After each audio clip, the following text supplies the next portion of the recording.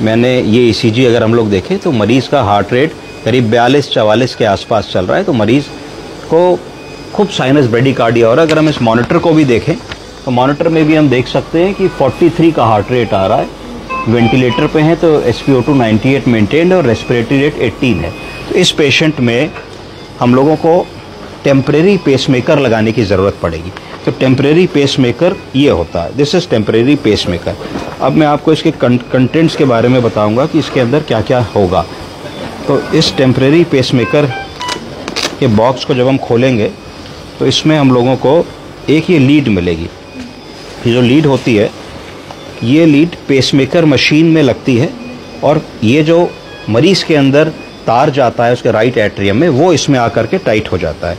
तो ये connection lead है, this is between the pacemaker device and the patients heart. उसके बाद अब मैं आपको पेसमेकर दिखाऊंगा कि पेसमेकर क्या होता है। तो ये पेसमेकर की डिवाइस है। इस पेसमेकर की डिवाइस को ऐसे करके हम ओपन कर सकते हैं। ये हमने ओपन कर लिया और ऐसे चलाने से ये चल जाती है। इस पेसमेकर डिवाइस में 3 बटन लगे हुए हैं, 1 2 3। पहले बटन में क्या लिखा है? रेट। रेट का मतलब है कि हमको मरीज़ को कितनी बीट्स पर मिनट देनी है, वो हम इससे डिसाइड करते हैं। जैसे हम इसको 80 को 78 76 कर सकते हैं, 100 कर सकते हैं, जितना चाहें दे। आउटपुट, जो करंट हम दे रहे हैं उसका आउटपुट कितना चाहते हैं, तो ये हम मिली एम्पियर में इसको नापते हैं। तो 9-10 मिली एम्पियर जो हम आउटपुट चाहें वो रख सकते हैं। अगर पेसिंग ठीक से नहीं हो रही है तो हम आउटपुट को बढ़ा सकते हैं।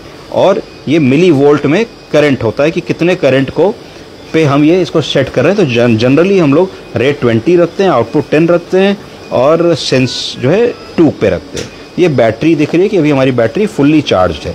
और ये सेट करने के बाद मिस्टेक ना हो तो इसको हम बंद कर देते हैं, जिससे कि जब मरीज़ को पेसमेकर लगे तो कोई सेटिंग गलती से भी चेंज ना हो जाए। इसमें बैटरी होती है, इसको हम लटका भी सकते हैं। ये इसमें लटकाने का एक हुक होता है, इसको आप कहीं पर भी लटका सकते हैं। इस तरीके से मरीज़ की टेम्परेरी पेसिंग 3-4 मिनट का प्रोसीजर है जो ICU में, इमरजेंसी में कई बार करना पड़ता है। Thank you.